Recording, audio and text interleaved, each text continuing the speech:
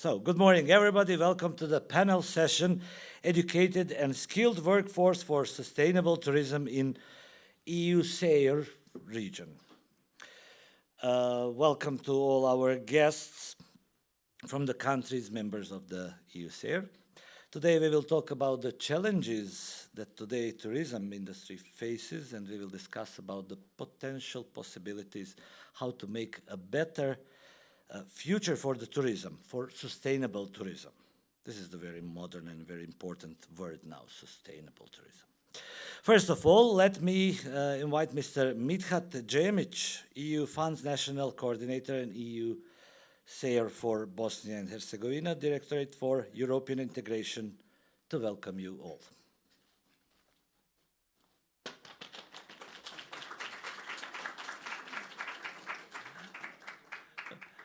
Thank you. Somehow, You're welcome. Good morning still, ladies and gentlemen.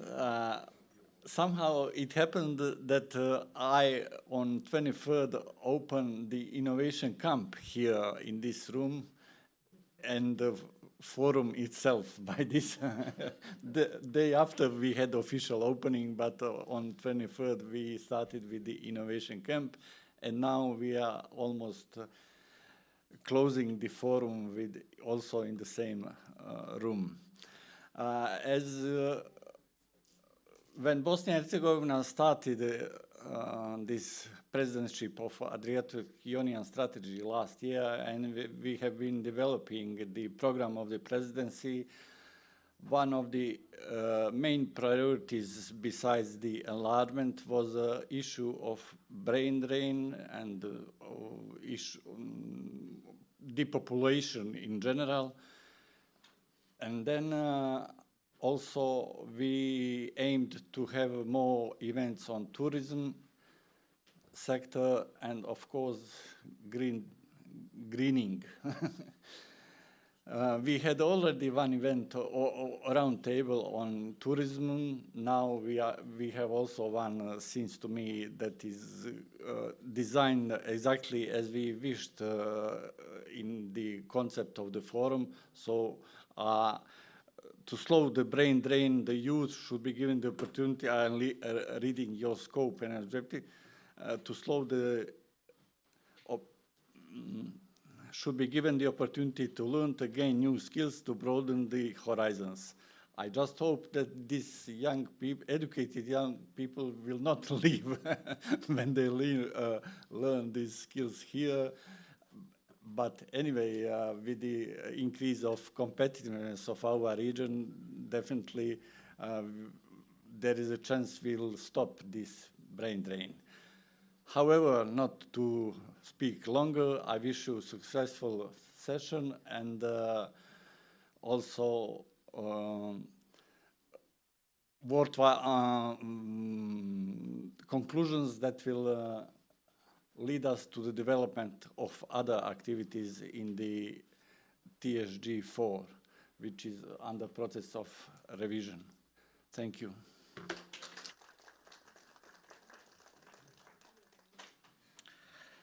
Thank you, Mr. Mithat Djemic. And now we are going to Croatia. We go to beautiful Croatia online. Unfortunately, online. I like to see people live, but okay. With us today is Mr. Tonči Glavina, State Secretary, Ministry of Tourism and Sport, Croatia. Mr. Glavina, hello, welcome. Dobar dan, dobro nam došli. Žao mi je što niste s nama ovdje. Thank you. Hvala lijepo. Thank you very much. Good day, good morning, good afternoon, almost everyone. I'm very sorry myself that I'm not with you personally, but I guess at this time, this was the best we could do at this point. So I'm sure we'll make it up at some point again in the near future. Let me start by giving you a few remarks on the topic at hand and everything that we are currently doing and that we would really, as a country, would like to reflect upon. So I would like to draw your attention to a topic of utmost importance in our rapidly evolving sector, which is education and skills. As the tourism industry continues to grow and reshape our global landscape, it is imperative that we recognize the pivotal role that education and skills play in sustainable development. Tourism is more than just a leisure activity. It has become a powerful driver of economic growth, job creation, and culture exchange. It transcends boundaries, connects people, and enriches lives. However, to fully harness the potential of tourism, we must invest in education and equip individuals with necessary skills to navigate this dynamic industry. Education lays the foundation for excellence in any field, and tourism is no exception. It is through education that we foster critical thinking, cultural awareness, and entrepreneurial spirit. By imparting knowledge about destinations, customer service, sustainability, and management principles, we empower individuals to become ambassadors of their country, regions, and cultures. However, education alone is not enough. We must also recognize the importance of skills development in the tourism industry. Tourism is a service oriented sector that thrives on human interaction and memorable experiences. It demands a diverse array of skills, including communication, leadership, problem solving, and adaptability. By investing in skills development, we ensure that our workforce is equipped with the tools needed to deliver exceptional service and meet the evolving needs of travelers. One area that deserves our special attention is digital literacy. Rapid advancement of technology has transformed the way we travel, book accommodations, and explore new destinations. Therefore, it is crucial that we integrate digital skills into tourism education programs. From mastering online booking system and social media marketing to understanding data, analytics, and virtual reality, digital literacy empowers tourism professionals to embrace the opportunities and challenges of digital age. It is important to highlight that U.S. strategy for Adriatic and Ionian region provides a platform for collaboration between governments, educational institutions, industry associations, and the private sector. EU strategy for Adriatic and Ionian region serves as a guide to promoting sustainability tourism practices in the unique part of the world. By investing in education, embracing digital literacy, and fostering collaboration, we can create a workforce that is prepared to excel in a rapidly changing industry. Furthermore, the EUSAIR encourages the integration of digital skills into tourism education. The EUSAIR Pillar 4 for Sustainable Tourism has successfully transformed seven macro-regional projects into strategic projects, with a particular focus on enhancing the competitiveness of EUSAIR countries. Among these projects, DESAIR stands out as a vital initiative aimed at bolstering the quality of education and integrated sustainable destination management. By prioritizing smart specialization, diversification of tourism offerings, innovation, and human capital development, this air plays a pivotal role in elevating the overall attractiveness and long-term sustainability of the air destination. In respect of the EUSAIR thematic priority on training and skills in the field of tourism businesses, vocational and entrepreneurial skills, this air flagship addresses the need for harmonized training and educational programs, responsible integrated tourism management, and establishing a master program on tourism management, hospitality, and services, sharing the same methodologies and approach with EUSAIR countries, as well as establishing new programs for training and new projects in the field of education. In the Adriatic and Ionian region, tourism sector holds immense potential for sustainable development and economic growth. It's encouraging to know that within the region, 87 higher education institutions have recognized the significance of tourism and offer programs specifically tailored to this industry. Out of these institutions, 76 programs focus on addressing the crucial aspect of tourism sustainability. Furthermore, it's remarkable to observe that within these programs, there are 118 different courses dedicated solely to the topic of tourism sustainability. This knowledge equips graduates with necessary tools to implement sustainable practices and contribute to the long-term viability of the tourism industry in our region. Moreover, let us not overlook the significance of fostering a culture of lifelong learning in the tourism industry. Our field is characterized by constant change, emerging trends, and evolving customer preferences. To stay ahead of the curve, we must cultivate a mindset of continuous learning and professional development. Embracing new technologies, acquiring knowledge about emerging markets, and understanding the principles of sustainable tourism are just a few examples of areas where ongoing education can make a significant impact. Based on the European Pillar of Social Rights and within the European Agenda for Skills, the European Commission launched the Pact for Skills program in November 2020, and following that, Pact for Skills in the tourism ecosystem was launched December of 2021. PAC's ambitions are to seize the opportunity to reset tourism by preparing it for a future in which new frameworks for acquiring new and improving existing skills will maximize its potential, build its resilience. Croatia has recently adopted strategy for development of sustainable tourism until 2030, an important policy document that is highlighting activities related to the relevance of education, professional guidance of human resources, ensuring support for adults in inclusion in education and training, and improving the skills and knowledge of the working age population, especially young people. Through the key recovery instrument, European Mechanism for Recovery and Resilience, Croatia has secured grants that will support the implementation of public investments and reforms to strengthen the resilience of the economy, encourage employment, develop skills, education, research, development, and innovation, and strengthen health system, public administration, and financial sector. One of the important investment goals within the framework of National Recovery and Resilience Program is strengthening the capacity of the system for resilient and sustainable tourism. It refers to the development and implementation of educational programs at all levels with the aim of better adapting the workforce to new business conditions and strengthening digital skills and skills for sustainable green businesses and destination management.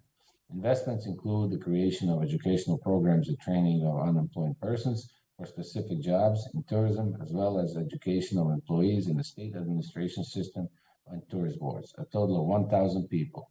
The investment is worth a total of 1,327 million euros. In line with its overreaching objective, Ministry of Tourism and Sport has announced a public call for establishment of regional centers of competence in tourism and hospitality sector.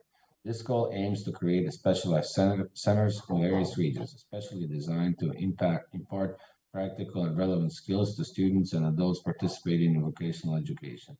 The primary goal is to enhance their prospect for successful entry into the labor market, equipping them with the necessary competencies and expertise sought after by the industry.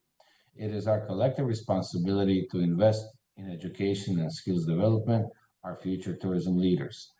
Government, educational institutions, industry associations, and the private sector must collaborate to create comprehensive and innovative educational programs. We must also establish mentorship initiatives, internships, apprenticeships that provide hands-on experience and bridge the gap between theory and practice. Additionally, let us encourage diversity and inclusivity in tourism education and employment. We must create opportunities for individuals from all backgrounds and cultures, recognizing the diverse perspective, enrich our industry, and foster creativity and innovation. In conclusion, education and skills development are the keys to unlocking the full potential of tourism industry. By investing in comprehensive educational programs, embracing digital literacy, and fostering a culture of lifelong learning, we can create a workforce that is prepared to excel in ever-changing regional landscape. Together, let us shape a future where tourism becomes a catalyst for sustainable development, cultural exchange, and personal transformation. Thank you very much, and I wish you all a very productive session. Thank you very much. Thank you, Mr. Tonči Glavina, State Secretary, Ministry of Tourism and Sport from Croatia. He doesn't hear me anymore, but next time come here to Sarajevo. Thank you. Okay, so we will now start with our presentation. We'll have several very interesting presentations about the topic from this or that side. Especially for the young people, it will be very interesting. I see a lot of young people here. Everybody's very young. Yes. I think that I saw a couple of students that are entering the hall, but now I hope you all finished your studies. Anyway, now we have a professor. Now you'll see students.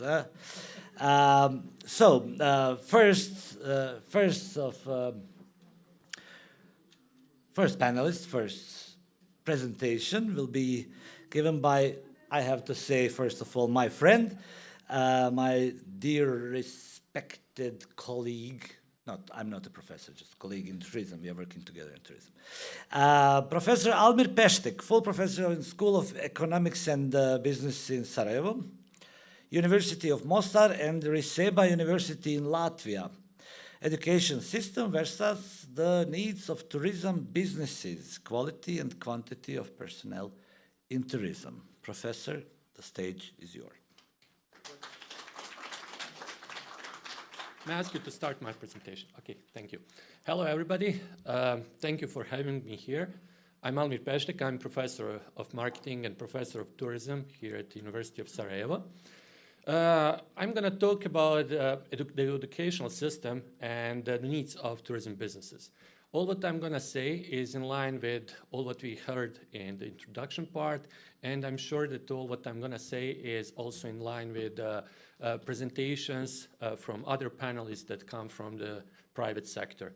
So, educational system and the needs of the tourism businesses is a very hot topic here.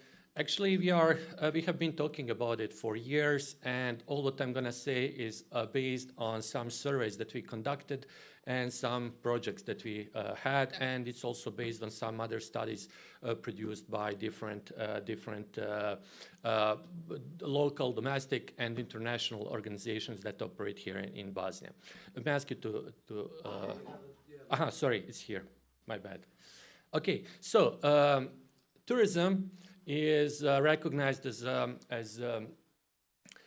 a catalyst of economy development, and I can really say that over the last 10 plus years we are faced with the growth of tourism. Of course, that growth was stopped during the pandemics, but it was the whole world was faced with that. But anyway, according to information I have and all the statistics we have from the previous year, we can see that tourism is reviving, and I'm sure that this season will be much better than the previous ones. I like to use Travel and Tourism Competitiveness Index of the World Economic Forum. It's a synthetic index, and it helps us a lot to understand the overall situation in tourism. So you can see that position of Bosnia, according to that index, is getting better and better over the years. So in 2021, we were ranked as 95th out of 117 countries. You can see that it was in 2017 it was much different, and that illustrates that we are actually taking tourism more serious, actually, that we start thinking how to make some improvements, how to think strategically, how to manage tourism as a system, and how to to tackle some of weaknesses that we were faced with, especially in terms of destination management. So what's very important for our topic, I'm going to talk about human resources. I will touch that point. You can see here. But what I also wanted to say that among all those indicators we can see in TNT index, prioritization of TNT by governments, different levels, is pretty low. You can see that we are 98. And business environment, overall business environment is pretty bad. You can see that rank is 109. So what I wanted to also to show here is comparison with Slovenia. Actually, you can see these numbers, these figures here. For example, Slovenia is ranked 8, and when it comes to prioritization of TNT and business environment, is 56. When it comes to human resource and the labor market, we can see that our position is not so good. 97 on the list, Slovenia is 43. Qualification of the labor force. This synthetic index is also very interesting position. Our rank is 91, Slovenia is 23. Extent of staff training, 112, Slovenia 35. Education systems ability to meet needs, 114, Slovenia is 33. When it comes to development of labor market, hiring and firing practices, you can see our rank is pretty low, it's 104. Slovenia is, I mean, here is a worst position, it's 113. When it comes to ease of finding skilled employees in local labor market, you can see 107, Slovenia 94. Flexible working arrangements, 110, Slovenia 58. And labor productivity in hotels and restaurants is 66, and Slovenia is 28. So some of these indicators here are so illustrative, so plastic, so it's so easy to understand the situation here.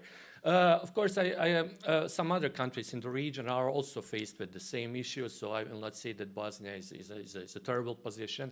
I mean, we are working on improving the environment, but I want to say that the situation is much similar in other countries. So what I'm going to say, because the time frame is very limited, so I will just touch some important let's say, elements of educational systems and the needs of a business sector. So first of all, you can hear everywhere, all the studies say that there's a shortage of skilled and qualified labor in tourism and hospitality. So it's very hard to find skilled and qualified labor. One of the reasons is actually mentioned in the introduction part, when it was said it was about brain drain, depopulation, immigrations, and stuff like that. I will touch that briefly later on. When it comes to our educational system, it actually, especially secondary education, it consists of 3 and 4 year occupation and vocational programs, and there are 53 schools in Bosnia that deal with tourism and hospitality programs. And when it comes to professions that are offered and programs that are offered to students, it's actually all about traditional professions such as cook, waiter, confectioner, receptionist, tourism and hospitality technician, and so on, catering and or culinary technician. So those are traditional professions that are offered to students for years now. When it comes to university programs, there are some bachelor and master programs. There are a couple of universities that offer those programs, but those programs are actually mostly related to environment and economy, business skills, rather than the real needs of hospitality, tourism and hospitality industry. Actually, business sector needs more skilled and more productive employees. That's something that you can hear, as I said, everywhere. It doesn't matter where you go in Bosnia. If you are talking to travel agencies or hotels or restaurants, you can hear something like that.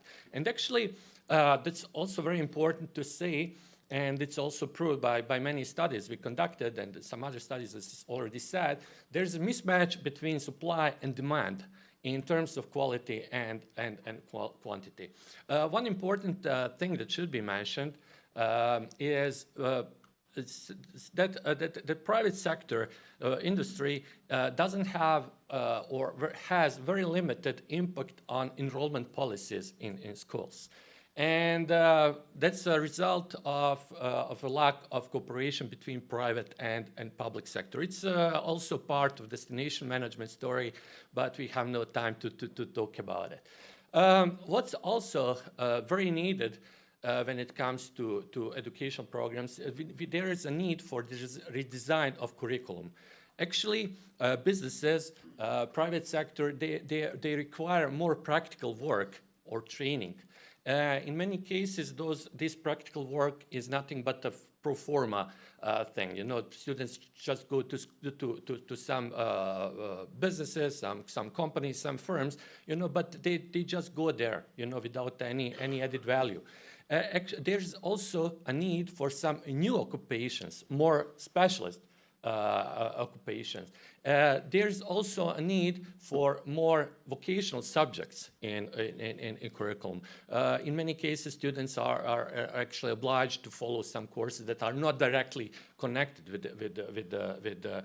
tourism and hospitality, and it can be considered as a problem. And we also need more elective courses that will deal with the real needs of the private sector. What's also very needed here, and some important steps has been already undertaken, we need to implement and to promote as well dual education system. It would be a solution for many of those problems that are recognized by private sector. There's also a need for lifelong learning programs, some programs that will retrain existing staff or to make them more upscaled. And we also have to think about some programs that will offer to people, not only people that are involved in tourism and hospitality, but some other people that are unemployed, or are not so attractive on the market to get some new qualifications. So we need more pre-qualification programs. Some steps are also taken here, and I'm sure that over the next 3 or 5 years, situation will be much better. Another important problem here is I can really say it's a poor image of schools these tourism and hospitality schools. Image is pretty poor because many people think that only students that are not of a high quality go there, and definitely we have to work very hard on it just to reposition the schools. And of course, there's a need for more career guidance or counseling programs, some professional orientation programs, I can say. And of course, there's a huge impact of parents that actually prefer, some other schools or some other universities because they see their kids, how to say, more successful if they go to those schools. Definitely, from my perspective, this is one of main problems here, and we have to tackle that. Of course, if you talk to representatives of the private sector, we will see, and of course employees in the private sector, it's impossible to miss this story about wages, salaries, because people are not paid enough in many cases. But many people will also say that taxes are too high, that they should be, decreased. And another important thing is, I mentioned that in TNT index, is that that flexibility. Sometimes it's very hard to employ somebody and to fire somebody, of course. In Bosnia, tourism is faced with a high seasonality. So we don't need employees for the whole year. So it's very hard to employ somebody and to keep them employed during the whole year. Many managers that manage, the private businesses, in many cases, they don't have adequate qualifications. They come from other sectors. They are not educated in tourism and hospitality, and definitely there's more need for staff that is actually able to operate in this hyper-competitive industry. What's also very important, according to many studies, we have to work on development of soft skills of employees. Communication skills, for example, knowledge of foreign languages is also an issue. So definitely we have to deal with that in the future. At the end, I will stop here. Definitely there is a deficit of labor force, and people from Bosnia are going to some other countries. They immigrate to, to Slovenia, to Germany, Sweden, whatever. The whole world actually is a target of people here.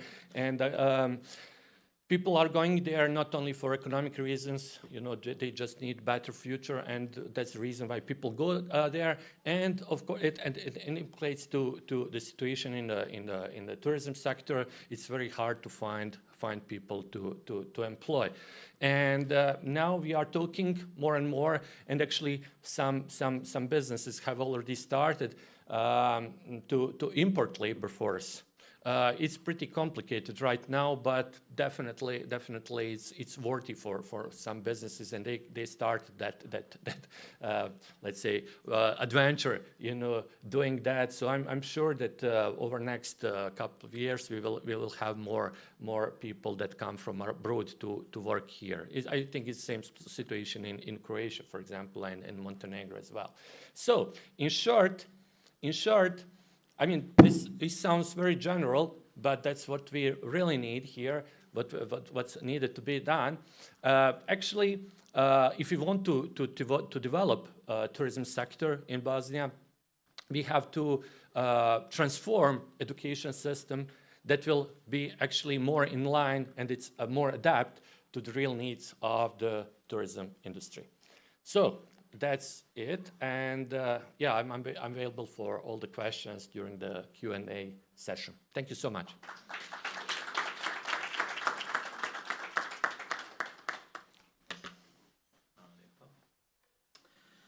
Thanks to Professor Pestek. We go on. Unfortunately, we've been a little bit late. Some of you has a flight in the afternoon, so we'll try to make it on time, everything. So, o poimenos kales menos master hitea putinelada. I hope I said it right. Mr. Georgios Emanuel, European Commission, DG Regio, Tourism Sustainability through EU policies and programs for youth education and employment. Mr. Georgios, oh, you have a flight at 3 o'clock, hurry up.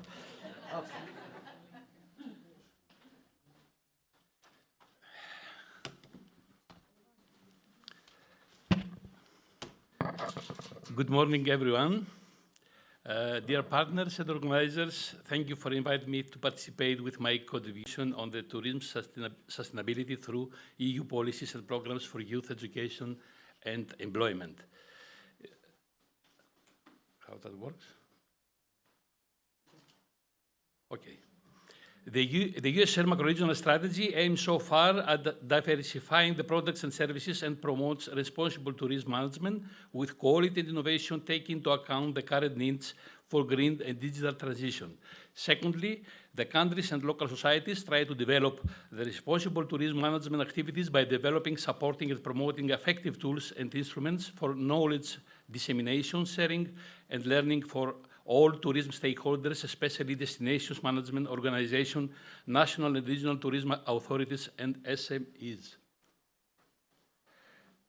The tourism regions under the European strategy in the tourism ecosystem pursue the maximum employment of young people in the tourist sector and include people involved in the local food production and services supply, such as accommodation owners, local food and catering providers, as well as tour operators and tourist guides in order to safeguard their full employment, the income generation, and the well-being of the local inhabitants. Taking into account the United Nations Sustainable Development Goals, we should incorporate in the EUSAIR Sustainable Tourism Pillar 4 the following Sustainable Development Goals objectives. The fourth, to ensure the inclusive and comprehensive quality education and promote lifelong learning opportunities for all. The fifth goal, to achieve the gender equality and empower all women and girls. The goal 8, to promote continuous, inclusive, and sustainable economic growth, full and productive employment, and decent work for all. The goal 16, to promote peaceful and inclusive societies for sustainable development, provide access to justice for all, and build effective, responsible, and inclusive institutions at all levels. And last but not least, the goal 17th, to strengthen the means of implementation and revitalize the global partnerships for sustainable development.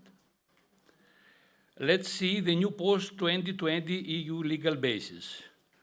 In the new ERDF regulation, the policy objective 4, aiming at achieving a more social and inclusive Europe, and its specific objective 6, that enhances the role of culture and sustainable tourism in economic development, social inclusion, and innovation are included.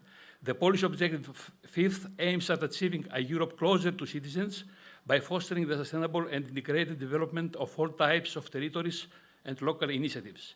In addition, the European Social Fund Plus regulation envisages the support for youth employment, ensuring human capacity development, such as vocational training, labor market support, capacity building, etc. Last but not least, the IPA 3 regulation also incorporates objectives particular to youth and investments in youth education and skills. The rationale is that culture and tourism can be important drivers of regional economic development, since €1 of value added generated by tourism results in additional 56 cents of value added indirectly to other industries. The EU and the EUSAIR is a top destination for both international and European visitors. However, the COVID-19 pandemic had a particular devastating effect on the tourism ecosystem and has led to significant losses of income and jobs across Europe. The EU support via SURE mechanism to mitigate unemployment risk in an emergency instrument was a temporary support to mitigate the risks of unemployment in emergency situations. It was established in 2020 to help protect jobs and workers affected by the COVID epidemic. These are the potential areas of support under EU funding of its specific objective 4.6. In this slide, we have an overview of the 10 IPA CBC programs, 2021-27 in the EUSAIR area, which can contribute to sustainable tourism. In addition to it, the Indirect Transnational Euromed program 2021-27 supports the sustainable tourism through its Mission 4 and Priority 1, and the Next MENT program supports the education and lifelong learning through its policy objective for a more social and inclusive Mediterranean area in the tourism sector. For example, in this vertical column, you can see the policy objective 4, by which the 8 CBC programs in EUSAIR area support the sustainable tourism in the new programming period. What next? According to the European Agenda for Tourism in 2030, adopted by the Council last December 2022, there are 5 priorities: the economic and social resilience in the tourism sector, the green transition and sustainability, the digital transition and innovation, the upskilling and the reskilling in tourism sector, and the EU quality destination for European sustainability under the global competition. These priorities are incorporated into the 3 policy documents: in the European Commission communication on the transition pathway for tourism, in the EU Agenda for Tourism 2030, and in the EU Pact for Skills Partnerships. These are to be taken into consideration in the ongoing revision process of the EUSAIR strategy by incorporating the green and digital transition, by developing new horizontal cross-cutting topics and activities per topic, and matching them to relevant stakeholders and developing the proper indicators for measuring the targets and the results for its action on tourism. According to the first European Commission staff working document, in order to achieve an effective and efficient transition pathway for tourism, these 4 prerequisites are needed. The Council of the European Union, under its decision on 1st December 2022 for the European Agenda for Tourism in 2030, aims at introducing and fostering green and digital transition, building resilience, developing research and innovation, and attracting the talent in the regions, and proposes these 9 actions in order to meet the new challenges corresponding to the sustainable tourism objectives. To exchange knowledge and best practices, to build the resilience, to contribute to the green transition, to enhance the digital transition, and the development of research and innovation projects, and the development of quality of youth education and skills, and to promote the accessibility of tourism services, and also to promote the quality of life of local communities, and in the end has established a multi-annual EU work plan. The 2023 is the European Year of Skills in EU. Under this perspective, the new European Union Pact for Skills and Skills Partnership for the tourism ecosystem was adopted this March 2023 by the European Union in cooperation with the tourism stakeholders, which aims at preparing the workforce in tourism for the future challenges, includes and prioritizes the youth employment, and its upskilling and reskilling activities defines the following 10 time-wise milestones for achieving the common key performance indicators.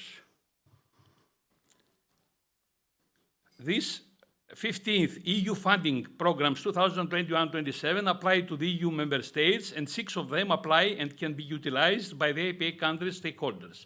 Firstly, the Recovery and Resilience Fund can support, among others, actions, the EU Digital Education Action Plan 2021-27 for upskilling and reskilling the workforce for sustainable tourism.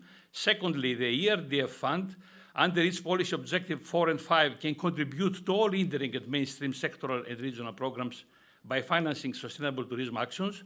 Third, the European Social Fund Plus, under the Article 4 and the Article 11, support the youth employment. Fourth and fifth, the European Agricultural Fund for Rural Development and the European Maritime Fisheries and the Aquaculture Fund can support actions for youth education and employment. Sixth, the LIFE, which supports environment, biodiversity, nature through raising awareness campaigns, studies, evaluation, training, workshops, and networking. Seventh, the Horizon, which supports the development of skills, the technology transfer, and innovation in the sectors and clusters of culture, creativity, digitalization, innovation systems, food, agriculture, and environment. Eighth, the Creative Europe, enhancing the intercultural dialogue and the cultural heritage, as well as the capacity of the European cultural and creative sectors, including the capacity of individuals working in those sectors to cultivate talent, to innovate, to prosper, and to generate jobs and growth. Ninth, the Erasmus Plus, to support through lifelong learning the educational, professional, and personal development of people in the fields of education and training of the youth, thereby contributing to sustainable growth, quality jobs, and social cohesion. 11th, the Digital Euro program, which via its specific objective 4 develops advanced digital skills. 13, the Invest EU Fund program, which supports the employment, the youth, and the SMEs, along with economic, social, and territorial cohesion. All these programs, EU programs, should be utilized by the tourism institutions and stakeholders. Also, the 10th, 12th, 14th, and 15th funds corresponding to Just Transition Funds, Single Market Program, REACT-EU, and European Globalization Adjustment Fund can contribute to sustainable tourism actions. The distinctive contribution of the IPA 3 fund under its objective supports youth education and skills, as well as the Western Balkan Investment Fund 2021-27. To better embed these EU financial instruments for achieving sustainable tourism and youth education and employment objectives, a closer, interactive, and constructive cooperation among the policymakers and policies and flagship projects implementers in the tourism sector is needed. I believe that this course is on the right track in the EUSAIR strategy. Thank you very much for your attention. Evharisto, Signor Emanuel. We go on. Evharisto. We go on. A piece is Aputinelada, but this time online. We'll have Mrs. Stavrula Kefala, head of the Directorate for Research, Ministry of Tourism, Greece. Yes, hello, can you Mrs. hear me? Kefala, hello.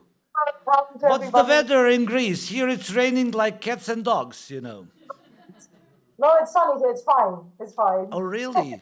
You I have hope a I'll sun. bring you some sun over there. Lucky you. Finally, you have some sun. Okay. Okay. Welcome. Excellent. I was hoping I could share my presentation. Just a moment. So tell me if you can see. Yeah, good. We see this. Okay. You can see the presentation. Excellent. Okay. If some message I would pop up like- from your, if your message pop up here and we'll read it, don't worry. Okay. Excellent. First of all, I would like to say it's an honor to address you today. The presentation was supposed to be done by my colleague, Dr. Kostadina Takopoulou, who is the person behind the research I'm going to present. But unfortunately, due to an unforeseen sickness, she can't present today, so I will be doing the presentation instead. I'm going to present a research project which was carried out by the Ministry of Tourism of Greece in summer 2020 concerning the digital skills of the tourism workforce in Greece. So Greece as a leading tourism destination, one of our aims is to see that our workforce is fully prepared for the digital future. So our first challenge is to provide tourism education for our future workforce. An even greater challenge, however, resides in the need to upskill and reskill the existing tourism workforce, our employees, our managers, as well as people who are currently unemployed. Tell me if you can see the changing slides. Yes? Do slides change for you too? Or not? Yes, okay. So to gain insight into the industry and to see the challenges and opportunities facing the tourism workforce in Greece in the digital era, the Directorate for Research conducted primary research among stakeholders, as I said, in summer 2020. This primary research was coupled by desk research, including a thorough review of the English and Greek academic literature on the impact of the digital transformation of the tourism sector. The literature focused on the impact of the digital transformation in the tourism value chain, the development of applications for smart destination management, the creation of innovative products, and the adaptation of SMEs in the digital era. The impact of the digital transformation in human capital has not been extensively studied, and it is a question that mostly arises in the context of the difficulties that tourism SMEs face in integrating digital technologies. The academic literature review was complemented by the review of recent studies by international bodies such as the OECD or the European Commission on digital transformation of the tourism sector, the impacts of the crisis and the needs for strengthening tourism workforce skills. And secondary research also included monitoring the ongoing public debate in international and European fora, such as the European Tourism Convention 2020, the 106th Tourism Committee of the OECD, fora that concerned the digital transformation of the tourism sector. Now, for our research outline, the research was held, 4 focus groups were held, gathering around the same table, educators, managers, stakeholders, and policy makers. Stakeholders represented on the one hand by the accommodation subsector, the convention industry, the travel agents association, and tour guides associations. And on another forum, the cruise industry, passenger shipping companies, the Greek Marinas Association, the aviation industry, and rent-a-car associations. Policymakers included managers and senior officers of government bodies and institutions responsible for policy making in tourism education. So these were our informants. Discussion evolved around the impact of digital transformation on the tourism workforce and the disparities related to size and place, skills shortages and gaps, and eventual policy suggestions. The questions were customized to relate to the participants in each focus group. More specifically, you can see the questions here. What is the impact of digital transformation on the tourism workforce? Are there particular implications related to the size of tourism businesses or to spatial characteristics? How would you assess the digital skills of the tourism workforce in Greece, skills shortages and gaps? What are your policy recommendations? What is your overall assessment of tourism education in Greece, strengths and challenges? So some important findings emerged.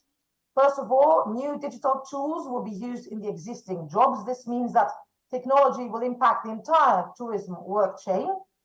At the same time, although those jobs will not be replaced by technology, tourism employees will need to be able to combine expertise in the use of ITCs and traditional skills to be able to stay in the business. Nevertheless, if the tourism employees acquire the necessary skills, they will be able to stay in the labor market. The key importance of strengthening the digital skills arose of the tourism business managers, especially in the case of family businesses where the owner is the manager, something that is internationally acknowledged. The need for tourism employees and especially the tourism business managers to familiarize themselves with all the available digital solutions and not only with digital marketing techniques or the online presence. The limited knowledge on the available digital solutions conceals the benefits that the tourism industry can reap from their digital transformation. And finally, labor shortage.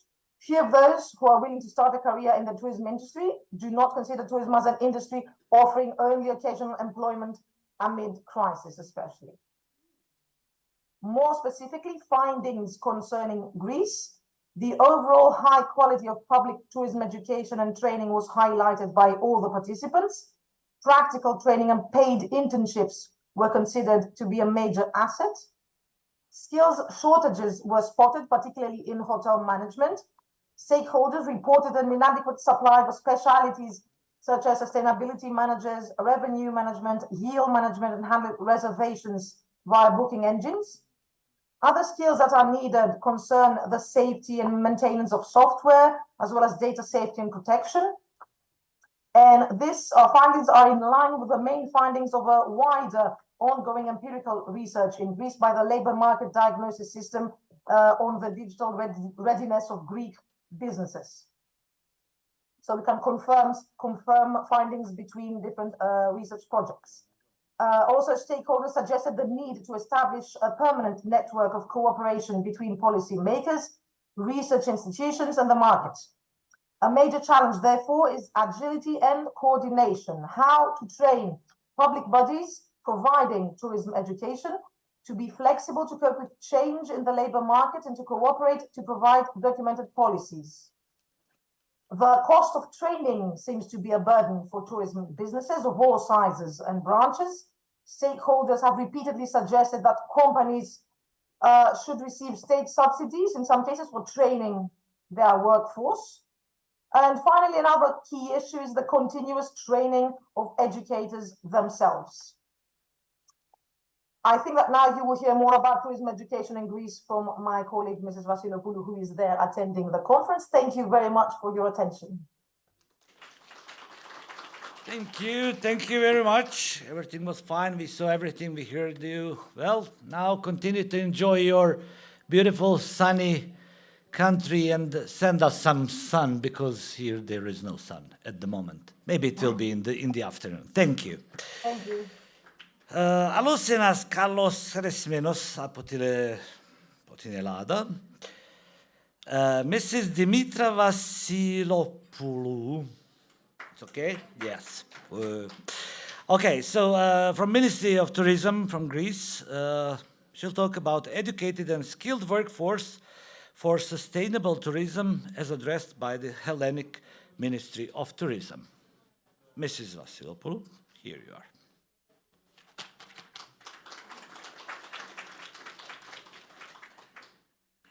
Kalispera, and this is good evening in Greek. Since Farouk speaks in Greek, I do too. Good evening to everybody. Thank you for being here. It is quite a pleasure to see your attendance in education and skills training. My name is Dimitra Vassilopoulou.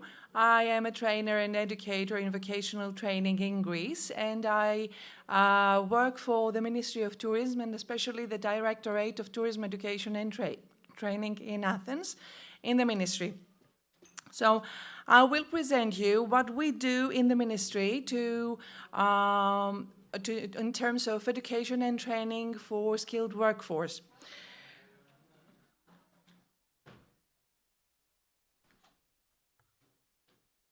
Okay. So mainly we have the Directorate of Tourism Education and Training, which is located in the central building of the ministry, which runs and supports all educational units and educational levels offered in Greece in the public sector in the terms of the Ministry of Tourism, because other ministries operate tourism programs. So the Ministry of Tourism puts a great emphasis on tourism education and vocational training, with the operational objective being to design and implement educational policies and training actions aimed at upgrading tourism services provided, set by the competent presidential decree. In order to upgrade the total of tourism services provided in our country. The education provided by the Hellenic Ministry of Tourism offers several levels, most especially 4 of them. The higher education, I will talk about all 4 levels later about them.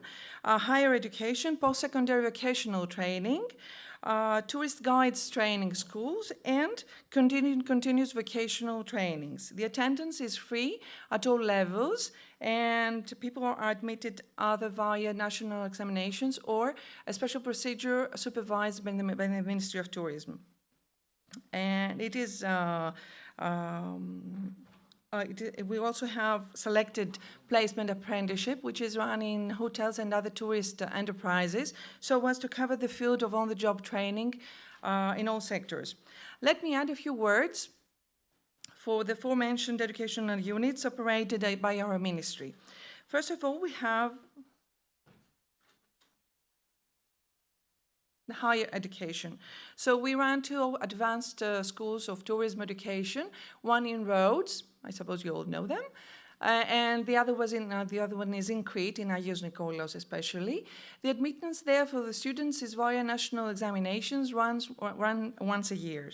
The studies last 8 semesters, 2 terms per year, and 3 semesters of paid placement during summer months, supervised closely by the ministry.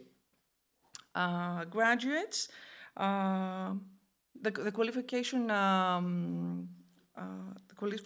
level, according to the European and the Hellenic qualification framework, responds to level 5. Then we have post-secondary vocational training. We run 8 tourism vocational training institutes throughout the country, from Alexandroupolis to Crete. And the admittance here is done via a procedure supervised by the ministry, as for the other levels too. The specializations are executive in hospitality units, tourism education administration executive, which is focused on travel agencies, technician in culinary art, chef, baker, technician in pastry art, executive in travel and tourism businesses, and executive in hospitality operations, room division specialization. These last 2 specializations firstly operated in 22-23. This is their first year or so, and they ran on a pilot level. The studies have a duration of 5 semesters, 4 academic semesters, 2 terms per year, and 2 semesters of paid placement supervised closely by the ministry again. Upon successful examination results, graduates are awarded with vocational qualification framework level 5, both in European and Hellenic framework. We also ran 5 schools for tourist guides in Athens, in Thessaloniki, in Rhodes, Rethymno, and Corfu. The last one not working at the moment, but we hope to rerun it again soon. Admittance is via procedure supervised by the Ministry of Tourism, and we have a percentage of graduates of secondary schools or graduates of tertiary schools, universities.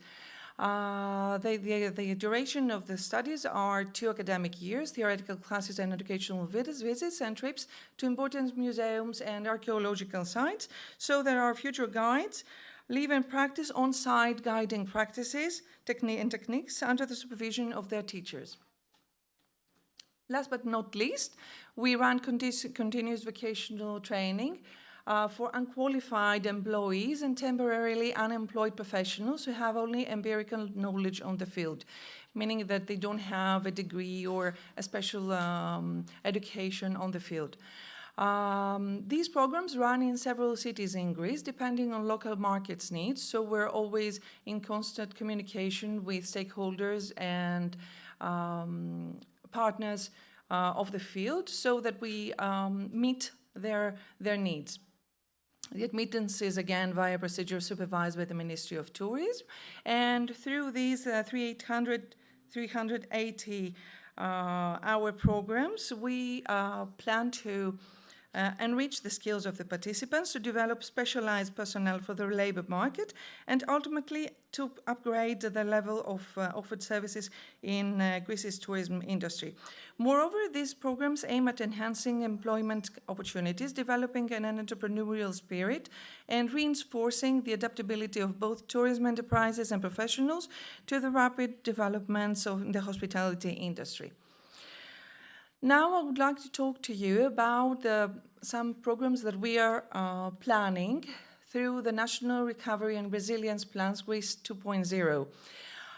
So the Ministry has designed and plans to implement upskilling and reskilling training programs with the main purpose to equip the workforce of any age with the skills needed in the labour market, as well with the skills in line with the green and digital transition, as my colleague Mr. Emmanuel said before, of the EU by means of brief training programs.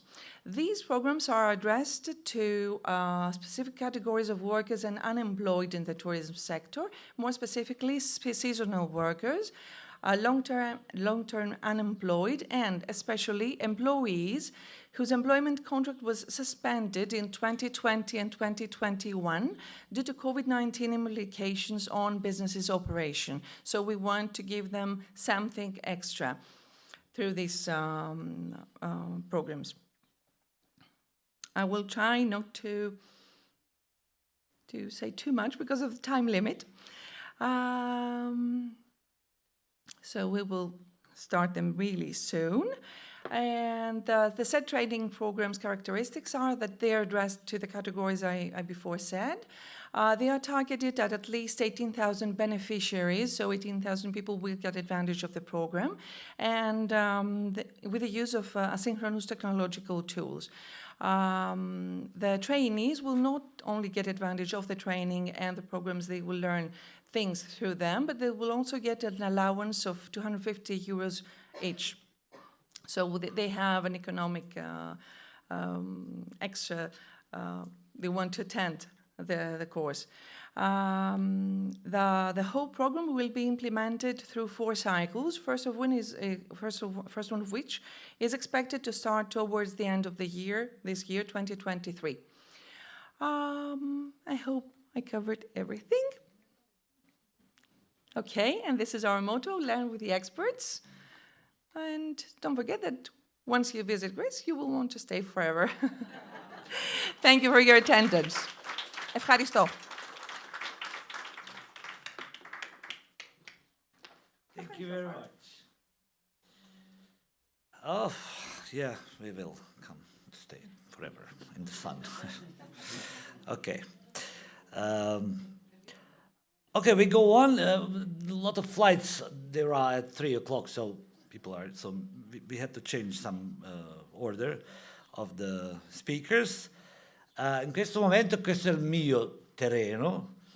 Dalla Serenissima Repubblica di San Marino, you know how Italians, they know, even for the country, they say Serenissima Repubblica di San Marino.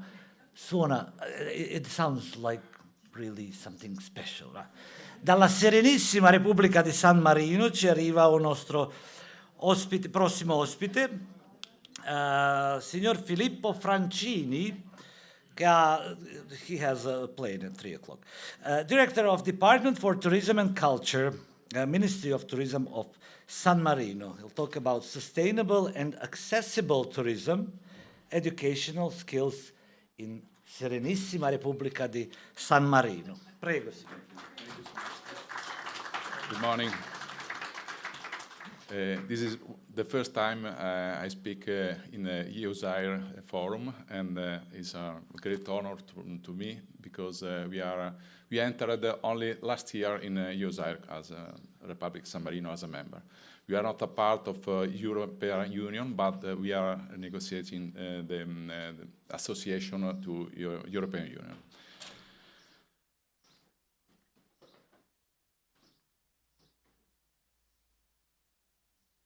We wanted to add sustainability and accessibility. First of all, I want to thank the organizers for this opportunity given to me, this panel, to present the point of view of the Ministry of Tourism of San Marino. The theme I indicated had been defined a few weeks ago. Clearly today, after what happened in a territorial area of a friendly country like Italy, it involves further reflection on the issue of sustainability and on the need to pursue all the goals of the 2030 agenda and face the challenges of climate change. Therefore, before starting my short presentation, I would like to express my greatest solidarity with the Emilia-Romagna region for the flooding and the consequences also for tourism, in the hope that recovery can be started precisely from tourism. I believe that in this area, EUSAIR and TSG4 are the key to defining intervention, both for the development of tourism and solution to get out of a situation of greater crisis, as experienced during the complicated period of the COVID emergency. The theme of my intervention is therefore a focus on sustainability and accessibility as a value in tourism, and the need to foresee and prepare the new generation and the workforce to carry out intervention compatible with the identity and value recognized as a World Heritage at UNESCO level. I believe that the training and role of government with incentive is crucial to push young people to acquire new specialized skills, both in the field of sustainability and accessibility. The introductory declaration of the 2030 agenda to achieve the 17 goals say not to leave anyone out in global development. We saw before how important it is to pursue every goal. I want to focus also in the goal 16, peace. I think it's important to focus on this goal. And the tourism is a human right and represents a vehicle for both individual and collective fulfillment. 60% of the population, 1.3 billion people, experience a significant disability. Needs of accessibility, also for the aging population. Accessibility is good for tourism, it's good for people, it's good for destination, and it's good for business. Multiple effects on tourism spending of travelers with disabilities. Today, more and more realities are dedicated themselves to sustainable and accessible tourism, and this prospect for the future. Understanding how it is becoming an important sector of the tourism economy. In terms of the right people with disability, the UN also recognized the right to travel as a priority among others. The Republic of San Marino is aimed to attract all visitors and people with disability, making the destination more and more becoming compatible with the conformation of the territory and the urban medieval origin of the historic center, also due to the inclusion in the World UNESCO Heritage List.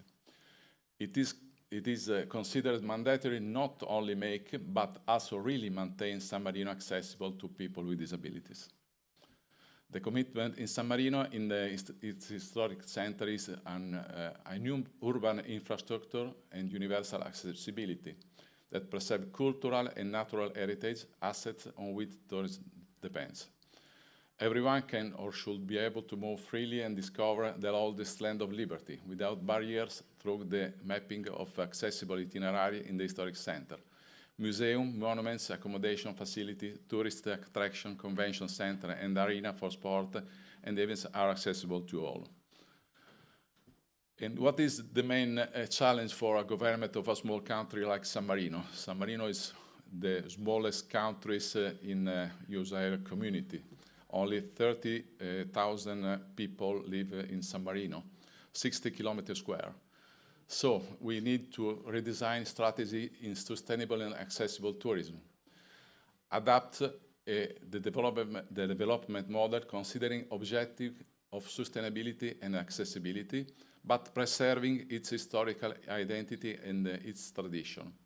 Promote and encourage the training and education of qualified personnel in secondary school, professional center, technical institute, and university. Make work in sustainable and accessible tourism attractive and rewarding. Tourism industry is people-based industry. In the tourism industry service is far more important than the product. Travel and tourism are the largest earner of foreign exchange around the world and employs a large number of people directly or indirectly through corresponding service industries. Hoteliers, transport, travel agents, tour guide jointly play a very key role in making the final product and delivering it to the customer. So there are some issues related on accessible sustainable tourism. We need to consider the cost of lack of skill and experience. Supervisor unsure how to discipline, evaluate and manage low productivity and safety. We need policy encouraging hiring, include employer tax credit, data on benefits in other related companies related to job performance, attendance, retention and productivity, and disability awareness training. So we need to train professionals with specific skill in the field of sustainability and accessibility for infrastructure and universal accessibility, preserve cultural and natural heritage and all the assets on which tourism depends. Train professionals with skill in recognized and accredited in program for ISO certification standard for sustainable and accessible tourism. Staff training in digital and physical accessibility to welcome and better manage tourists with the issue on disability. Staff training for fundraising to finance both structural and intervention and accessibility certification processes. When I talked on skills, I think we have to put the attention to universal design, accessibility for built environment and services in the new paradigm of the tourism value chain. The new generation of professional or designer needs reference, values, and skill in the sector of people comfort, safety, and life quality design protocol. Digital accessibility refers to the ability of users with disability to effectively use information technology system, including website, mobile, or web-based application, software, and hardware. So we must ensure that IT systems are designed in a way to allow interaction appropriately. Assistive technology, voice recognition software, hit pointer, and switch device. Goals. What we want to reach with all the skill. Goals. Inclusivity. Workforce and tourists have to work together. Accessibility creates an environment of belonging for both employees and customers. Leadership, commitment, and appropriate management style. Matching needs of customer and accessibility services offered, implementing an action plan, improving facilities. Accountability and certification. We need standard accessibility, staff training, improving customer service, auditing, and analysis. Dedicated department in staff of partnership with school system, local agency, assistance, and voluntary association in the field of disability. This is a small example of what we made in San Marino in the center, historic center. It's really near, only 50 meters from the main square of Liberty, where is the House of Parliament and the main monument of San Marino. We arranged Tactilia as an open-air exhibit space, showing all the heritage of San Marino and the history. The right to enjoy the travel. San Marino is a UNESCO heritage site.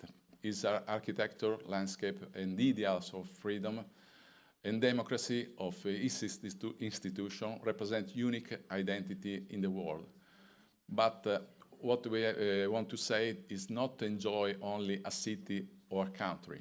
San Marino is a part of a larger territory in a also unique, sustainable, accessible, and local regional European tourism project with other EUSAIR country.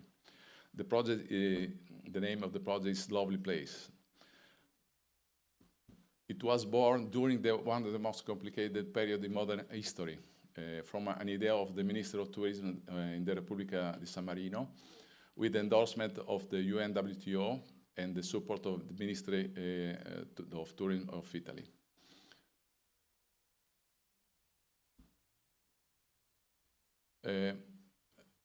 Two states, San Marino, Italy, two regions, Marche and Emilia-Romagna, that are part of EUSAIR project, 120 neighboring Italian municipalities and 9 municipality castle in San Marino.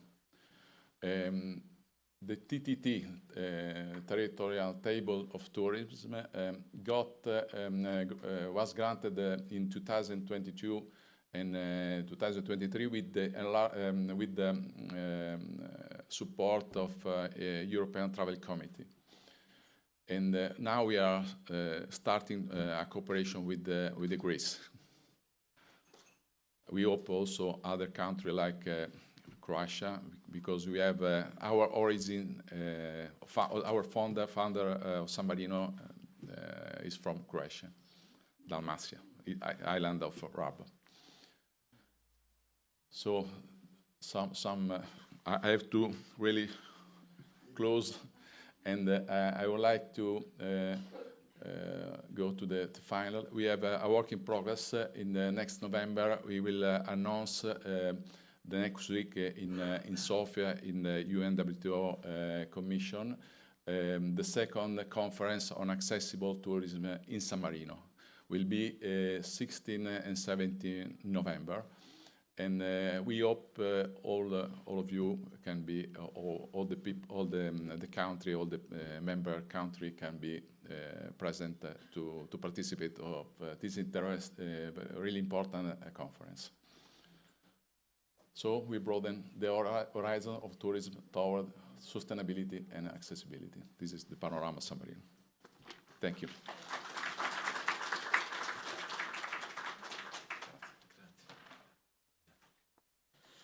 Grazie mille, allora buon viaggio adesso. Back to your beautiful San Marino. We'll come in November. I mean, I would like to. Snežo, Senka.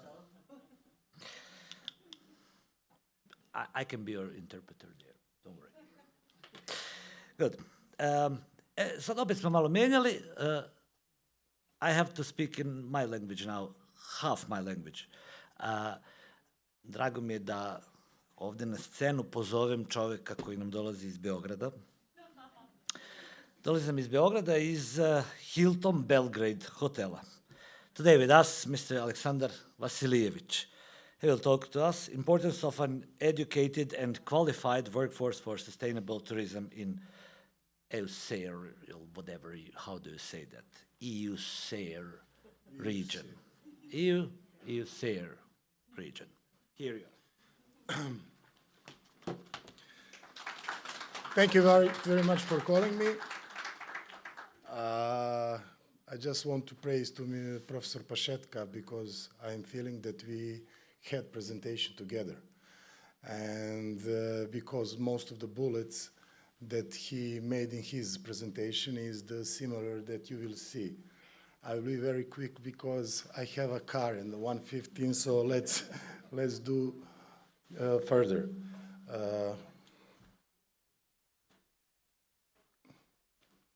So current situation and status across EUSAIR region. Of course, as we know, there is a desperate need for workforce in tourism industry, but desperate need is that people from private sector, we start to yelling and we are screaming because we cannot find the people. Partially because of the COVID, as many employees have shifted to other industry, especially in Serbia, they shifted to delivery industry and to call centers because it's much easier and they're feeling they are much more freely than it is. Also, no loyalty implies that no trainings and lack of the trainings, especially in Serbia. I don't know for the other countries, but generally I'm looking the results. After the corona, it was Serbia was the most fastest recovery country regarding the return of tourism and occupancy on the level of 2019, and based on that we have supply of the tourists, but we didn't have supply of the employees.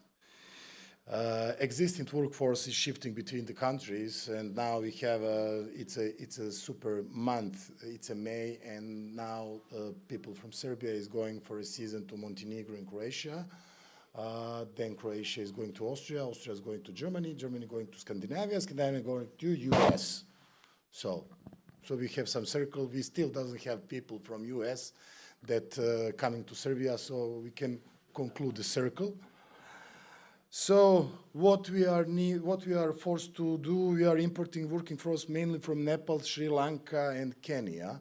At the moment, I have in my hotel 250 employees. From 250 employees, I have 20 people from foreign countries, and I am pushing because of lack of youth. As you see, there is no youth here because they are not interesting, because it's Generation Z. No, there is an example, but each Generation Z, they are not interesting. It's very simple. We can talk about strategy, sustainability, tourism, but we don't have motivation for Generation Z to explain them and motivate them how to approach and how to start working in hospitality. What is additional problem? Lack of awareness of education from secondary school, hospitality schools, tourism in general. I will give you one example. Number of students for high hospitality school in Belgrade for last year was 260 and capacity was 400. High touristic school in Belgrade, students from last year was 140, capacity is 400. So, which means that there is no awareness, mainly first from the public sector, from the Ministry of Education, not just from Serbia, I doubt it's probably area is the same, to make marketing plan strategically, how to promote all those hospitality regarding the cook, regarding the pastry. I will give you just one example regarding the pastry for secondary school. Pastry, when you're going for a pastry secondary school, it's a 3-year school. And whoever is going, who wants to push his kids after the 8 years of school to go to secondary school, me as a father of 3 kids, I would like one of my kids to be a chef pastry like for French boulangerie. I would really like so. But as a parent after 8 school, I cannot send my kid to go for a 3 school, secondary school. I just don't want to do that. Okay, now they're doing some kind of qualification, they're changing, dual system, and everything is going as it is, but we have a lot of planning, we have a lot of initiatives, but we don't have so much results. This is the problem. Insufficient education of the professors, what's all the regular kitchen? Insufficient connection between entrepreneurs and school. People from school still doesn't understand professors. They're very good, but entrepreneurs are the most important because we are providing VAT, we are providing services, we are providing quality, we are, on the end, providing VAT for the salary of those professors. Old school teachers, of course, on the end, I didn't bold it, but it's no common language with Generation Z. This is, at the moment, I think, the biggest problem that we cannot approach to that generation and to the Zoomers, that they don't have loyalty, they don't have empathy, and we will see. They're not interesting. I will just briefly, who should learn what from who and how, we don't know anymore. This is very simple. So what we need to do, we need to enhance training education. We need to do career development opportunities. and to establish clear career path, highlight the industry impact, collaborate with tourism association, but it needs to be collaborating with tourism association. Okay, I can try to collaborate, but those push and that boost needs to be from tourism association to the private sector. Oh, sorry. Work-life balance, to promote diversity and inclusion, to embrace technological advancement. By implementing this strategy, the tourism and hotel sector can enhance the attractiveness to potential employees, attracting new talent and fostering skilled and motivated workforce. This should be supported by meaningful employees branding. Employees branding is very interesting thing because at the moment, what we are doing not HR, all people in my hotel at the moment, from food and beverage manager, general manager as me, we are all doing HR things.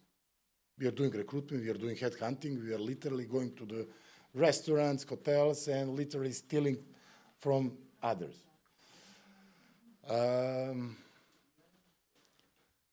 Okay, what we need to approach to Generation Z, to make some maybe flexible work schedules. If something can be work remotely from home, okay, let's do that. Seasonal employment and temporary contract is also need to be much more flexible. Cross-training and skill diversification, leave policies, flexible compensation, benefits packages, training and upscaling opportunities. By incorporating flexibility measures, the tourism and hotel sector can demonstrate its commitment to employee well-being, a work-life balance, and individual needs. This in turn can make the sector more appealing and help attract and retain the top talent. Top talent generally doesn't exist anymore. Management capacity is very low. We cannot find management without additional training. So somebody coming to interview, asking big salary, and saying, I don't know that, but if you can train me, so I need to train him and pay him salary. So this is something that it will be worst is worst. Based of that, I'm telling you a strategy of my hotel, not because we really want to support everything, and we are in very good communication with Ministry of Tourism and with Touristic Organization of Serbia, but also foreign labor is short term. Long term will be import of families for foreign countries. And this is something that we are planning to do that. So we will import whole families to live here and to work for our company. Because at the moment we are importing from Nepal. Nepal is coming just and thinking how to cross the border. And to go to Portugal, because I didn't know there is a Nepal community in the Portugal and everybody wants to go to Portugal. Not to Germany, to Portugal. Sri Lanka and Kenya, they are coming just for short term so they can cross the border. So generally we have a huge problem with the youth. I don't know what is the adequate strategy, but I think that we need to have much more will and much more strength, firstly from the home and from the families, to push, and after that easily we will learn them everything. At the moment in Belgrade, we are not employees. We are employing just 2 hands. And we are training them, and we are learning them, and they go. Thank you very much.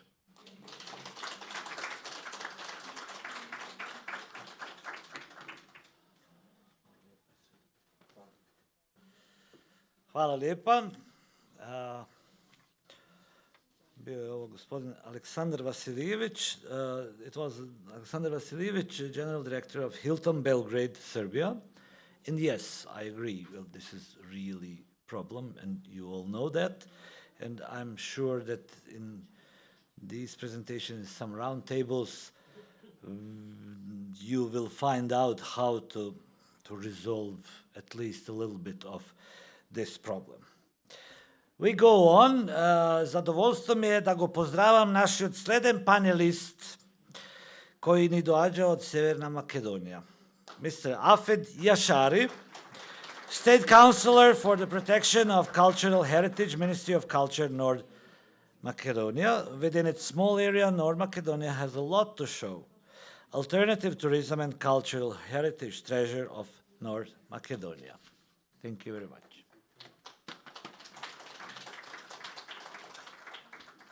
Good afternoon. Mr. Farouk, I don't have plane. Tomorrow I have. I told you, just Okay. slowly. Dear members of the 8th Forum here in Sarajevo, dear organizer, let me congratulate you on the professional organization of the EUSAIR Forum. We have a lot of learning from each other in the region. The topic I made this panel is about the writing points for North Macedonia as a country that has no way of access but has the opportunity to develop alternative tourism by connecting it with the cultural heritage that has its assets. Through the development of alternative tourism, it is an opportunity for young people to see perspective in their country.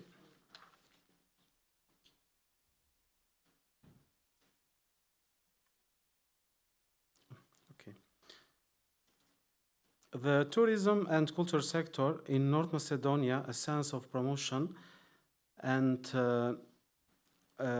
protection of cultural heritage can be considered as the driving force for tourism development in many countries, and in this case, in the North Macedonia. Cultural heritage has been recognized as a valuable tourist asset, not only for us and for the time being, but for the future generation.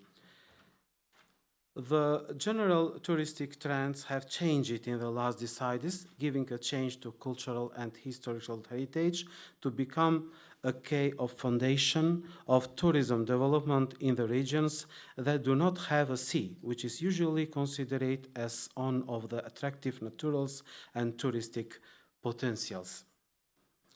Even though for many years this sector has been left aside without the proper change to positively change the picture on some location and show them in full perspective, some changes to better have been, but yet these undertaken activities are far from sufficient to bridge the gap between the lack of cultural heritage and tourism infrastructure and the real needs of the tourists coming to the country and certain regions.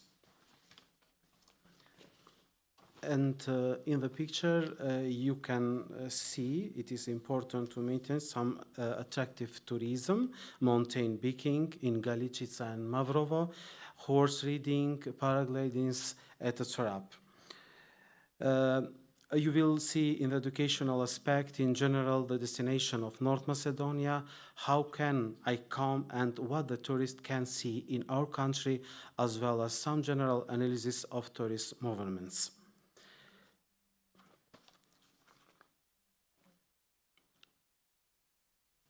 According to the data received from the Director Protection of Cultural Heritage in the territory of North Macedonia, you have 1,292 immovable properties, monuments and memorial units have been requested with a Protection Act.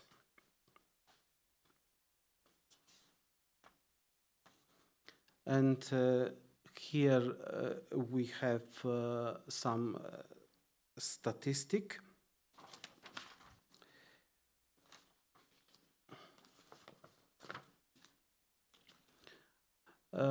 From World Tourism Organization in 221, North Macedonia is the first the world terms of ground of their terms. And we have analysis for Yeah. It's important. In our country, we have many types of the kind, but in the interest of time, I chose to briefly show you the aqueduct that is in the process of the occasion and will soon be open to visitors. The Skopje aqueduct is the only aqueduct in Macedonia and one of the three largest and well preserved in the former Yugoslavia. It was built during the region of Byzantine Empire, region of Empire Justinian first, or during the region of Ottoman Empire.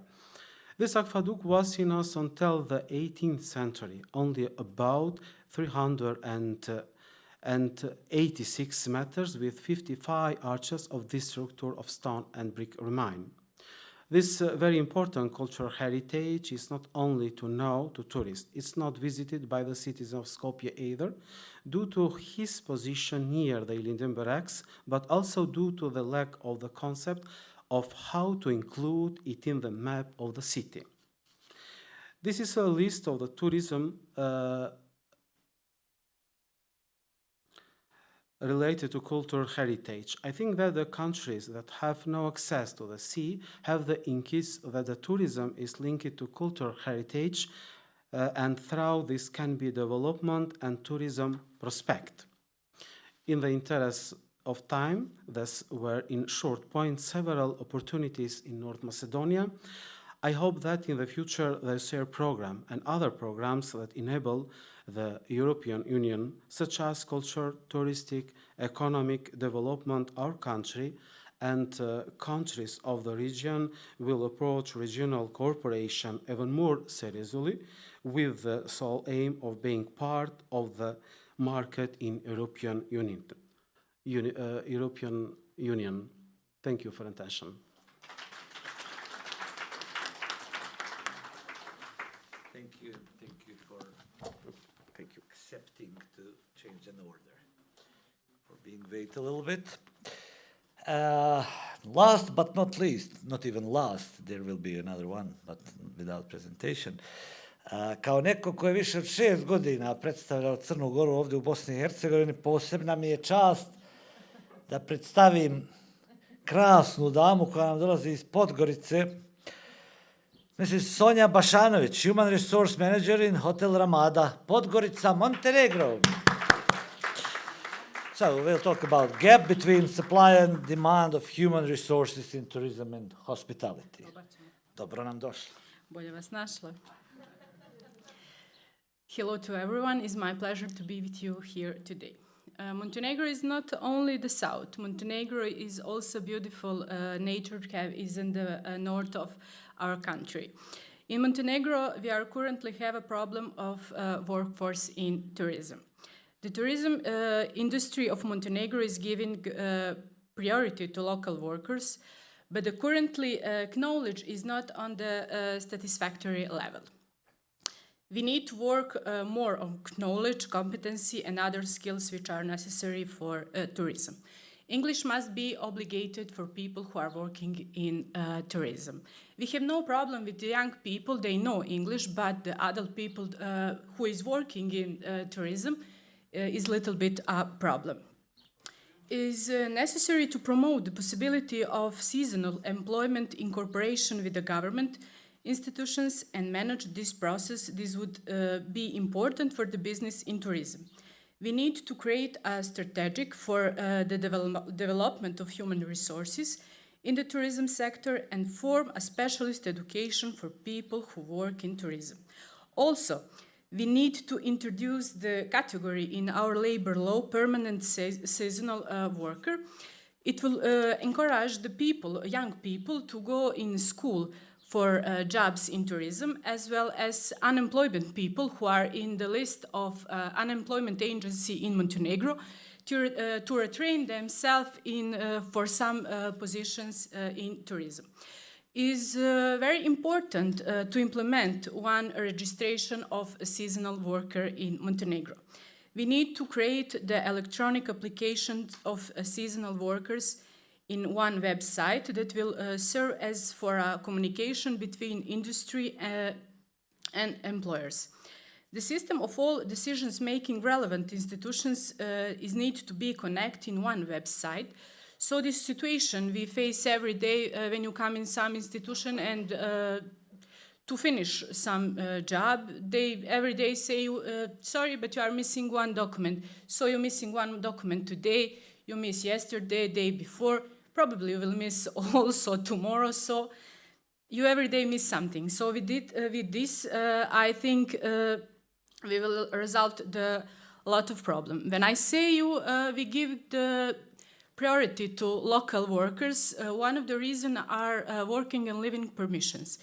When we are talking about the employment of the people who are coming from a distant destination, it would be very important if they can apply in the home countries, where our country has a consulate, embassy, and it's be very good if they can do that online.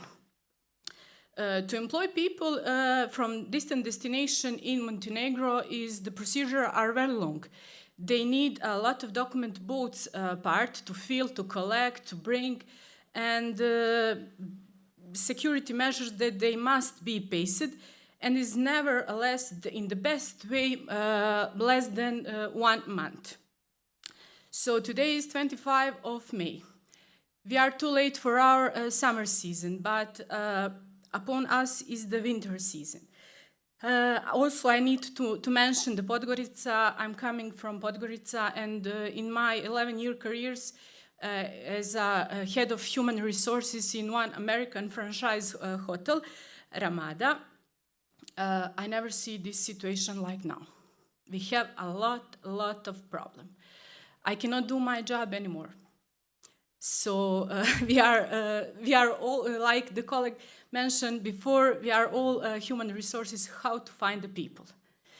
So the problem exists, but the timely strategic planning is necessary, as well as the cooperation between Chamber of Commerce, government institutions, also the employers in the order to avoid the problem we're currently affecting.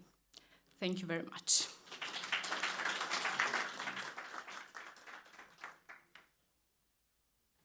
Hvala lijepa. Thank you very much. Yeah, this is when you gather everything in one pail, it's a really big problem. And Professor, what do you think? How can we resolve that? Can we? Can the region, can the world? It takes time, first of all. It takes time, but it takes action as well. Yeah, it requires a lot of actions, and definitely we need more, how to say, we need a common approach to this, because it's not a problem of the country. I don't think you, can you hear him? You can? Oh, I can't hear you. So, You're yeah, young. It's a very complex issue. What Yeah. we said today about this is very complex issue, and it requires synergy between these different stakeholders in this story. And what I can recognize here. Professor, excuse me. We are online, so we have to have a micro on your mouth. I'll repeat all what I said. Just continue, but Okay. with the So microphone. definitely, all what we heard today is a very complex issue, and it requires a lot of work, a lot of actions of different stakeholders here. And all what I heard, especially from those from representatives of the private sector, is more or less connected with destination management on different levels: local, regional, national one. So definitely we have to make a turn. And we have to speak more about these issues. I mean, we have been talking about it, but now it's becoming a bigger problem for everybody here. And definitely we I mean, the whole region is actually acts as an export base of human resources for other countries. You know, so if we want to stop this, we have to make a U-turn here, and to take more, how would say, a more proactive approach. And we also have to take in consideration all what was said by our colleague from Belgrade, new generations that have different feelings and different attitudes toward working to this. So we have to, if we want to have sustainable tourism, first of all, or tourism in general, I'm free to say, we have to promote, I would say, better business practices, and we have to implement better business practices. We have to promote education in tourism, and we have to promote those educational institutions as valuable ones. But it's easier said than done. In order to do so, we also have to make some reforms in the educational system. So we have to do things differently. We have to be in line with the expectations and needs of the tourism sector.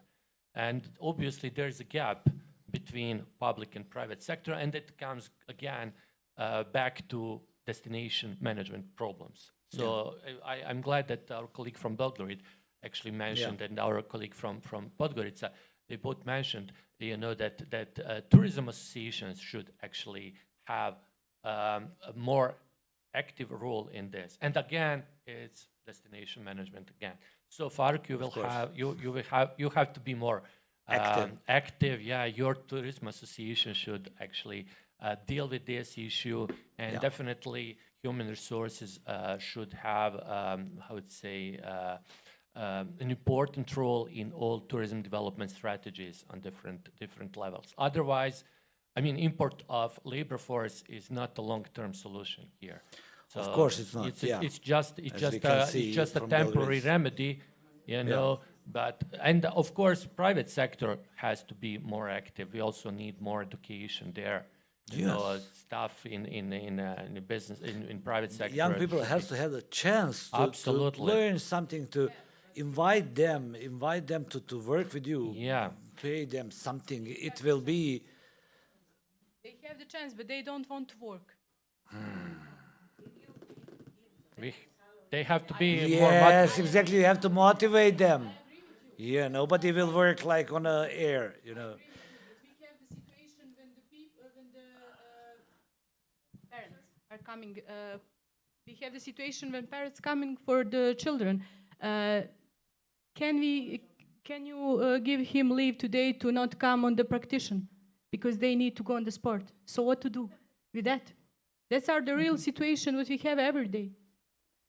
This is not a problem only for you, for the Montenegro. I know. It's for all over Europe, for obviously everywhere. Everywhere. Yes, but I saw in the presentation of Mrs. Dimitra, you have some program to educate them in some way, to motivate them, maybe that way, and then they will look for some job. They will maybe.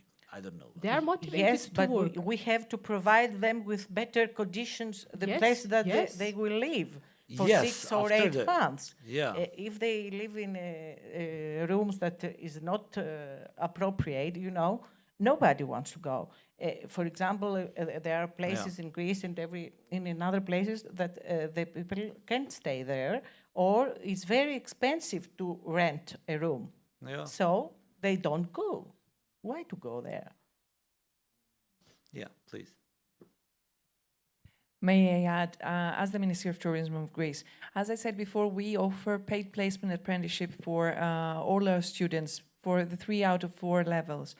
So there is a problem in finding personnel because we are in contact with the tourism enterprises. They can't find people, but they can't find people because after the COVID era, people left from the tourism sector because they were unemployed for quite a long time. That's why I said before that we organize these training programs for the people who were hit by the COVID-19 era. So if they don't get paid, imagine that a huge amount of people left the industry. How will they come back? This year, the paid placement, the salary for the placement is approximately 470 euros for a trainee. Many hotels offer double. They offer 900 euros just to get a trainee, not a professional. If you give initiatives, people will come back. Because I can remember Probably. when I was studying, when I was a student at the University for Tourism, the salaries were huge and people were getting a lot of money. They were creating fortunes. They could buy a house. Now they can't even rent a house. Yeah. So these are things to work on. These are highlights. There is a way, hopefully, there is a way, but everybody has to move a little bit from the place. It's a combination from kid, both sides, the both youth, public and private sector, I companies, think. private, We need to state, cooperate on everything. that. Yeah. Tourism, yeah. Air companies showed us how big problem is this unfortunate COVID era. Everybody has a problem now. The flying with the plane is not the same like 3 years ago. And it's like not a 10 problem years to ago. our region only, it's a worldwide problem. Worldwide. Yes. Yeah. Then wars and everything, then now climate something and everything, I don't know, well, I sometimes feel that the big guys above us that we don't even know who they are create the future where we have these problems. And they want to keep it. We still have to work we on have that. to fight. And I think that we can fight, that we can change something. Professors, tourism officials, tourism associations, the EU, these pillars, that have to be pillars to say, yeah, Minister Sneža, you know Sneža? Well, she's brilliant, but she's alone. She has to have, yeah, let's have it her. She has. Okay. We have, please.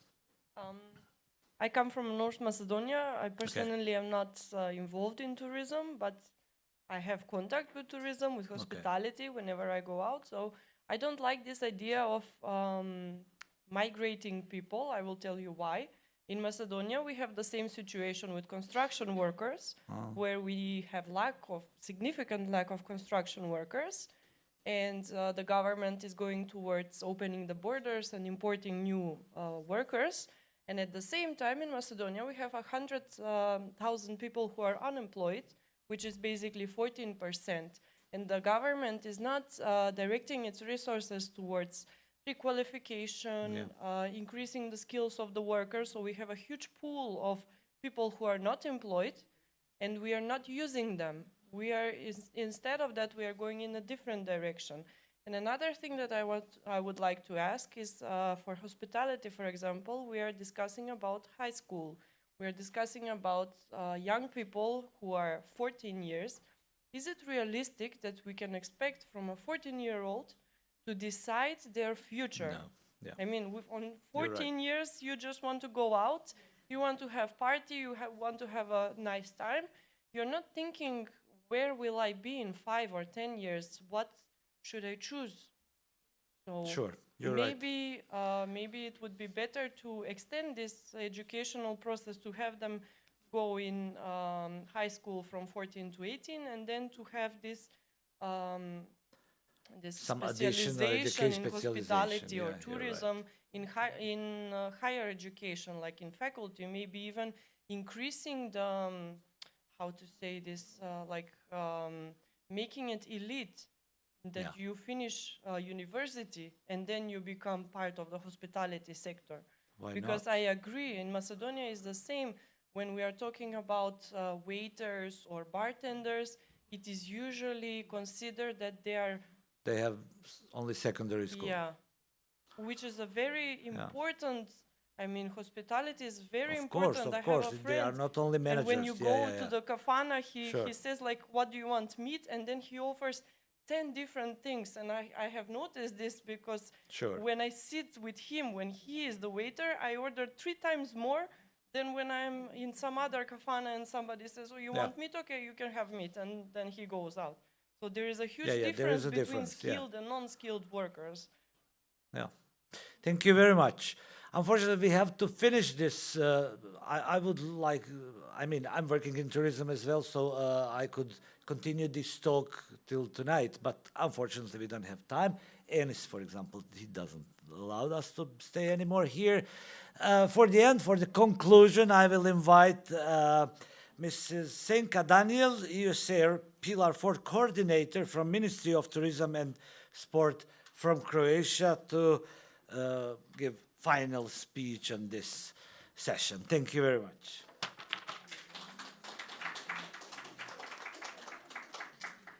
So thank you. First of all, I would like to thank Presidency for organizing this forum. My thanks go also to all panelists and speakers, and of course to TSG4 members for their active participation in preparation of this event. Allow me now to sum up and conclude what we have heard today. So, Mr. Tonči Glavina, State Secretary in the Ministry of Tourism and Sport of Croatia, in his keynote speech stressed that education and skills development are the keys to unlocking the full potential of the tourism industry.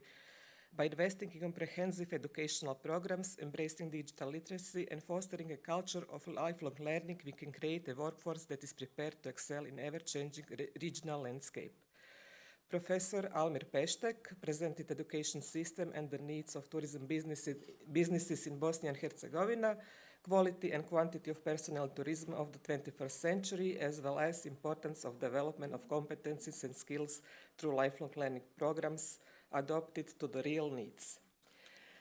Ms. Dimitra Vasilopoulou from the Ministry of Tourism Greece presented topic on educated and skilled workforce for sustainable tourism in Greece and the National Recovery and Resilience Plan Greece 2.0 that will support designing and planning implementation of upskilling and reskilling training programs for approximately 18,000 beneficiaries. Dr. Kefala, also from the Ministry of Tourism of Greece, spoke about the importance of digital skills of the tourism workforce in Greece with the aim to prepare it for the future.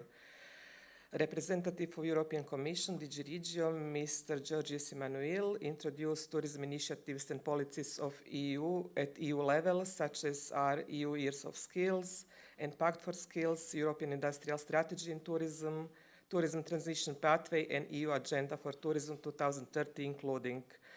This document should be taken into consideration in EUSAIR revision, and then we also heard about possible areas of EU support under EU Financial Framework 2021-2027. Mr. Afed Yashari from the Ministry of Culture of North Macedonia presented tourism in his country with a specific focus on alternative tourism and culture heritage treasure, stressed new trends in tourism behavior that require also new skills of employees in tourism. Mr. Filippo Francini from the Ministry of Tourism of San Marino presented sustainable and accessible tourism and education skills in San Marino. Accessible tourism is becoming an important sector of the tourism economy, and that's why the focus of training should be also on specific skills in infrastructure and universal accessibility, accredited program for ISO certification, and digital and physical accessibility. Mr. Aleksandar Vasiljević, Director General in Hilton Belgrade in Serbia, presented the importance of an educated and qualified workforce for sustainable tourism in the EUSAIR region with an overview of current situation and status across the region. He spoke about the importance of sustainable tourism as a concept and how qualified personnel help that concept thrive and grow.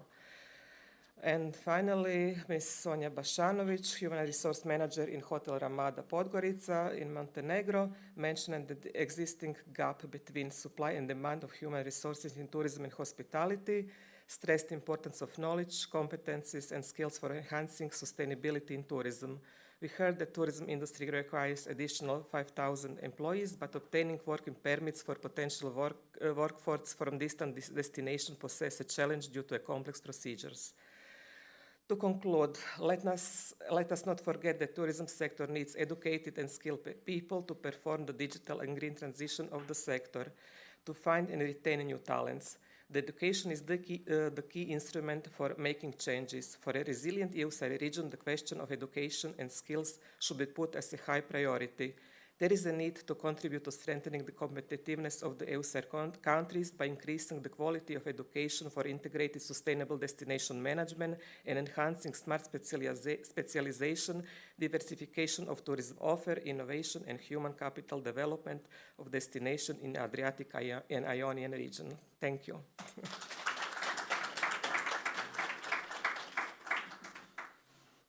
Thanks, Mrs. Senka-Daniel. And this is it for today. I know you're sorry, but it has to be, to come to the end. Thank you for coming to Sarajevo, to Bosnia and Herzegovina. Thanks to everybody who helped to Bosnia and Herzegovina to work and to do everything what they did in this year of EUSAIR, Year of Bosnia and Herzegovina. Croatia, good luck in next year. And I hope to see you again, and I hope that next time we'll talk about much more beautiful things, and we'll say, we resolved everything now, look, wow, yeah. Thank you once more. Have a nice flight back or drive back home, and come to visit Sarajevo again. Thank you.